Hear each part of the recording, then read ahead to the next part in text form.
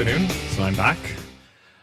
So today I'm gonna host a panel on the trillion-dollar opportunity on RWAs. Maybe we could start off, Jeremy. Maybe you can talk a bit about how starting OpenEden, you guys took a very compliant regulatory approach to doing your project. How does that help you in terms of today getting clients, people tokenizing through OpenEden? Maybe you can talk about that journey and the decision and strategic choices you made to get you guys here. Yeah, absolutely. When we started our journey back in 2022, we already wanted to make sure that the way that we do things are regulatory compliant. And that probably also stemmed from the fact that I came from traditional finance, spending 20 years in investment banks like Goldman Sachs and Morgan Stanley. So really kind of used to creating product that has investor protection in mind. But the journey has been tough because getting licenses, takes a long time, minimum 12, 18 months. And after getting a license, you have to maintain the license, which includes huge amount of scrutiny and audit. And also at that time, crypto world wasn't that well adopted by banks. So it's difficult to get banking accounts or brokerage account. But despite all of that, I think we persevered and we wanted to do it that way because we feel that at some point, it's not going to be just DeFi users that are adopting these products, but real traditional TradFi in institutions or even like within the crypto space. And to ensure that you service institutions, they have very stringent requirements. So number one, they are more comfortable to work with products that are regulated or issued by a licensed entity. And they need that because they are also regulated. And that's why, this year when there is a lot more regulatory clarity, we see that our product is being recognized a lot more and being adopted by a lot of different partners. So give you an example, our tokenized treasury fund is the world's first Moody's rated fund. And today you'll see that we will be getting also the S&P rating, the highest possible rating of AA+. And that is important because it enhances credibility and legitimacy. That, having that rubber stamp from one of the most trusted ratings agency in the world allows institutions or those that care about such thing to be more comfortable to work with us. And I think that's how we're seeing the way that we managed to get large foundation like Arbitrum, Ripple, or Aave to be adopted, and as well as a lot of the traditional fintech or banks partner is a testament that how being regulatory compliant is super critical. Thank you. Maybe the next question for Kaitai. You obviously gave a very insightful keynote on Yala, but I want to ask you specifically. Everyone here knows Bitcoin is a store value, right? But it's historically been really hard to get yield on Bitcoin. How are you guys delivering that RWA yield for Bitcoin holders? Maybe you can walk us through a bit of that. Yeah, of course. The underlying mechanism is a CDP lending protocol. So you take the Bitcoin as collateral, and over a certain collateralization rate, you get a certain amount of stablecoin called YU. In comparison to the older fiat-based stablecoin, we are meant to be dynamically minted and burned across different ecosystems. And how do we manage to get yields on RWAs is very easy. We partner with different type of issuer. They have their own pools, and what we do is the YU is dynamically minted on any given chain that has the pool. On the redemption is roughly T+0 for T-bills up to T+90 days for private credits. So the NAV increases for private credit over 3 months. And once the user wants to redeem, we help user to unstake the stablecoin, burn and mint it back on BTC. We retrieve the underlying assets and then we convert it back to BTC. So the user journey is a lot of steps, but Yala has 3 different modes. On the Lite and Pro mode, we give the user the choices of the risk appetites, APR, so that they have a very easy access to RWAs. Thanks. And maybe here, Kony. RWA always promised the future of bringing non-traditional assets on chain. and you're actually pioneering that right now, bringing GPU yields on chain. Maybe you can walk us through sort of the idea, like how did this come about, and why is GAIB one of the first to be doing bringing GPU returns? Yeah, sure. So I'm a big crypto fan and AI fan here. To me, crypto has two functions. One is creation of new market. The other one is creation of new assets. And if you look at the AI era, which is the stage that we're living right now, if you want to invest into AI, the first thing that comes to your mind, what is that? I think to most people, it's NVIDIA stock. And that's it. What else? There's so many things happening in the AI industry. We have the infrastructure, we have the GPUs, the cloud companies, empowering every AI models, AI training they're using every day. But we can't invest in that. We can't gain the growth of these infrastructure assets out there. How ridiculous. And also, if you look at all the other asset class out there, we have a market for gold, for oil, for orange, even banana have a market for it. But there's no market for trading the AI infrastructure assets like GPUs and robotics. So the goal of what GAIB aims to do is bring these assets on-chain by tokenization and financialization.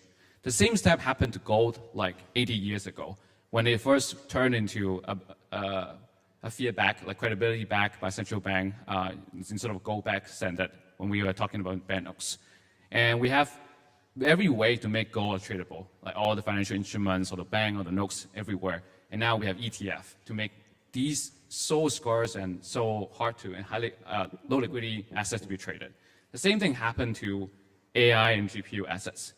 They have real demand, real clients, and used by big companies. So what we do is we tokenize that, bring that on-chain. And right now, we actually have a synthetic dollar, a stablecoin on top. They actually allow people to gain the yield from all these underlying assets. And we're the first to talk about this. When we first came to market to talk about GPU tokenization or compute asset tokenization, people all thought we are a decentralized compute marketplace, like Aether, IONET. We spent almost like half a year to educate the market. What we bring is creating a new asset class, a compute asset class for people to invest into. And now people suddenly realize, this is such a huge market. And especially when the Magnificent Seven and the big tech company are throwing $1 billion into this AI infrastructure sector every year. It is definitely growing, and GAIB is here. So by tokenizing it, creating an on-chain economy around these assets, we aim to let everybody to invest into it. So it's getting back to the crypto ethos, creating new asset class and also creating new markets for these assets to be traded. Thanks. I hope the audience, you guys realize a common thread across these three projects is they're bringing real-world yields, real-world assets on-chain, right? So that's actually very unique because it allows these assets to be used as collateral in DeFi, right? Maybe if we switch gears a little bit, maybe a question for you, Rania. So you mentioned you guys recently launched tokenized equities, right? And then obviously we saw Robinhood announcing they're launching tokenized equities on Arbitrum. Earlier this week, we saw Galaxy also announcing that they're tokenizing their Class A common shares on Solana through Superstate. My understanding that these are two different ways of tokenizing, right? Robinhood is actually setting up SPV, putting shares of OpenAI into this SPV and tokenizing that SPV. Those tokenized shares may not convert the same rights as an equity holder, but what I understand Galaxy did is actually the tokenized shares on Solana are actually, they have the same rights as an equity holder. Why are not more issuers pursuing the Galaxy route, tokenizing their equities on-chain? Yeah, it's a really good question. So I think there's quite a lot to unpack over there. So maybe if we just take a step back and look at the way Robinhood has done it versus the way maybe Ondo has. So for one, you're right, Robinhood has launched on Arbitrum. It's actually more or less a permission asset, which is slightly different from the model that Ondo and I quite believe Galaxy has pursued, which is permissionless. So i.e. When someone actually purchases these stocks on chain, it's freely transferable. There are obviously a few restrictions on the primary market. For us, for instance, persons, non-US persons, qualified investors in like the EEA and UK, for instance. Just maybe to explain also a little bit on like kind of how Ondo is actually doing this. It's a bit different from some of our competitors out there. We actually work with real world licensed broker dealers. In the real world, we enable instant minting and redeem 24/5. That's when the traditional markets are actually open and there's liquidity. In fact, actually overnight as well. Maybe some people may not realize that. During the regular markets, there's liquidity in the NYSE and NASDAQ, but there are also real world brokers that provide these liquidities overnight 24/5.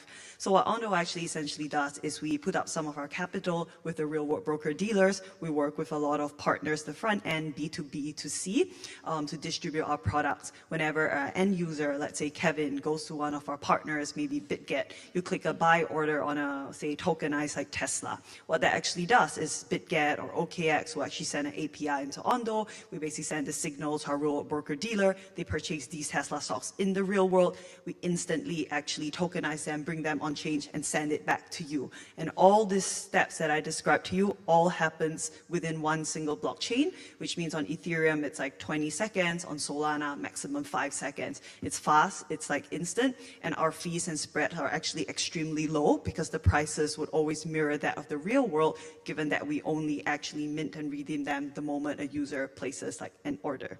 How this model that I just described also enables us to actually tokenize and bring a lot of assets, on chain at once. So some of our competitors maybe have tokenized 20 or 30 different stocks. We, on day one at our launch last week, brought 103, to be exact, single stocks and ETFs on chain, and we're planning to launch, up to the hundreds by hopefully year end.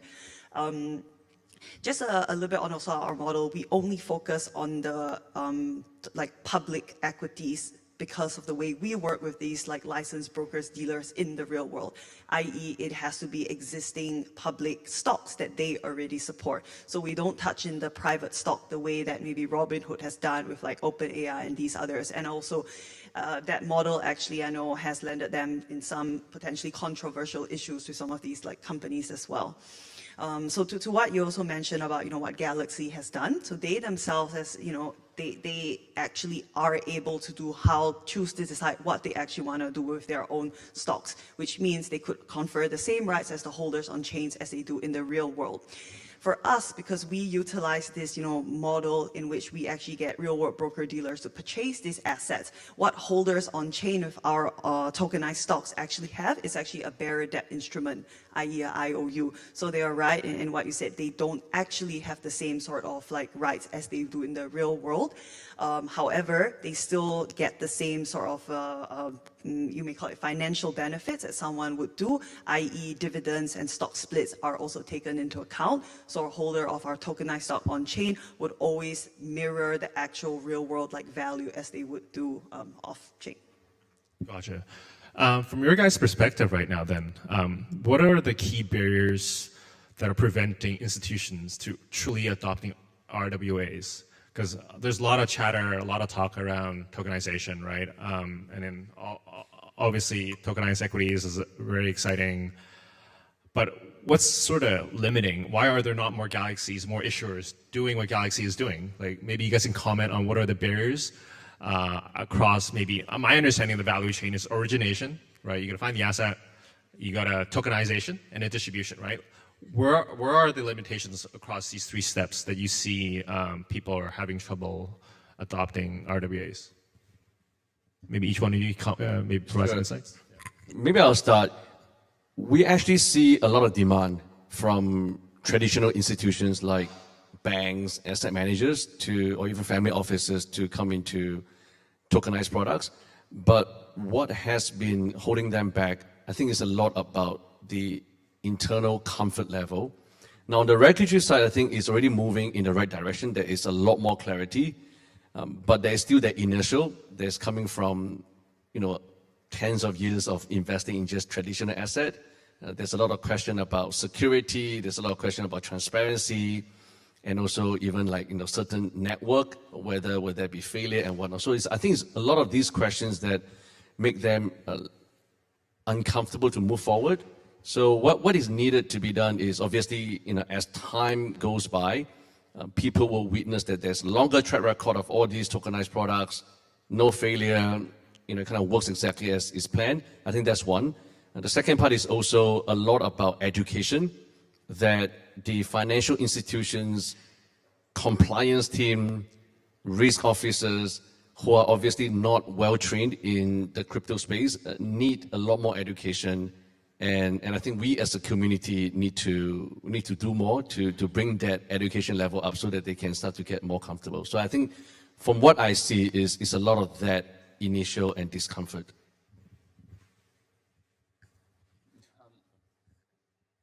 I'll share an example.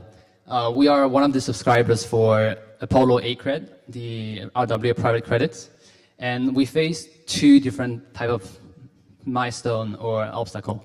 The first one is they started to tell us there's a cap of 200 million, and second is they are limited on 3 different chains.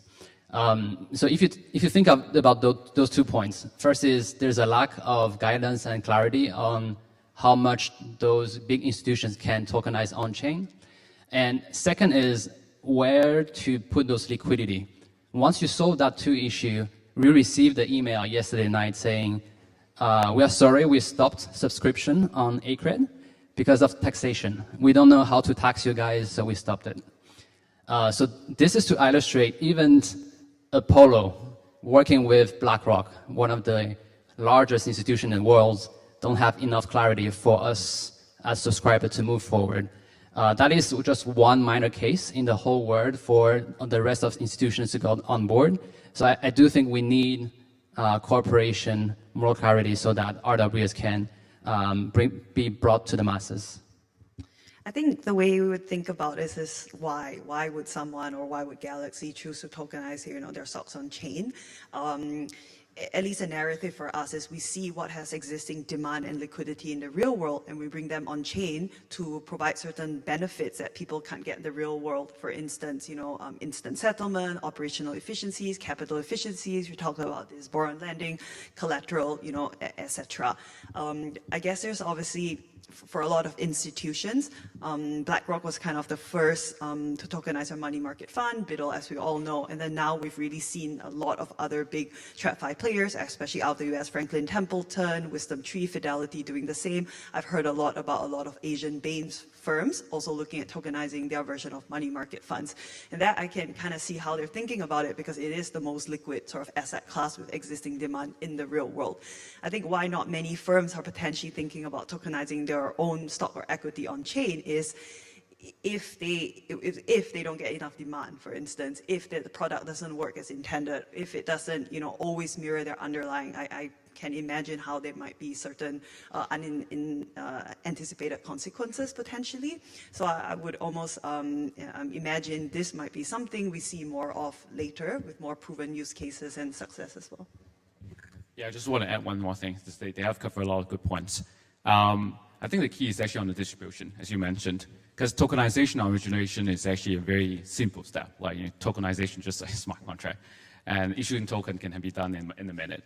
And of course, the regulatory framework and legal documents takes a long time. But then the distribution is to who?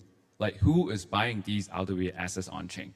2 groups of people. One is who has been on-chain native, crypto native. The money sits in there, doesn't move, doesn't want to go back to fiat, doesn't want to go back to the real world. Then the choices will come is, can I buy the stocks on-chain? The things that I used to do using my fiat money, can I do it the same way on-chain? So this is the more crypto-native people, and I do think there's a lot of demand for the usual products that we see, stocks, bonds, money market funds, T-bills, to start with. But then the other group of people is, can we actually leverage the tokenization engine and blockchain to actually buy some assets which is not easily tradable or in nature hard to do in real world? And these would happen to be like, super big or high entry barrier, high check size assets classes, or even very hard to make a market in traditional finance. That could include some real estate, that could include some cross-border trades, they could include even AI infrastructure assets. So these more new type of asset class would actually be demanded. And of course, you're not like, I want to tokenize it. And then you go tokenize and find out there's no demand. Demand is the one thing. The demand drives the distribution of all these RWA assets on chain. Especially with GAIB, the reason why we do this is because we saw a demand for investors to invest in the AI infrastructure, which is impossible in the real world. So yeah, I think we're going there, just step by step. Distribution will come, and hopefully demands will come as well. Yeah, I totally agree in terms of distribution. And to drive distribution, then utility got to come in. Like, what additional utility are we creating for institutions? So, for example, today, if you are trading on a centralized exchange, you usually put your collateral with the exchange, and let's say your stablecoin, USDT or USDC. Now, that is a model that a traditional institutions are not comfortable with, because A, you're taking counterparty risk on the exchange by leaving your collateral there, and B, you're not generating any yield at all on your dollar stablecoin. Completely opposite as how the traditional markets trades, where no one takes any exchange risk because they're centralized clearing houses, and also obviously if you put dollar as collateral, you'll get some form of an overnight repo. Now, what OpenEden has done is that we work together with Binance, for example, that our tokenized T-bill product is being accepted as a eligible collateral in their most recent off-exchange settlement network. So what it means is that as an institution, you can hold an OpenEden product off-exchange in your own segregated wallet with a designated custodian, and Binance will give you a 1:1 mirror asset on your portfolio margin account in Binance, and you can use that as a collateral to trade futures, perpetual, whatever. So it literally have one stone killed two birds. You take away your exchange risk, and at the same time, you earn yield on your collateral. Now, this is the kind of utility will drive the distribution, because institutions all want that solution, and I think we need more such things, including maybe having tokenized equities as collateral and whatnot. Very creative structures around managing counterparty risk. I think our time is up. Really appreciate your guys' insight today, and thank you. Please give applause to our panelists today. Thank you. Thank you for having us. Thank you.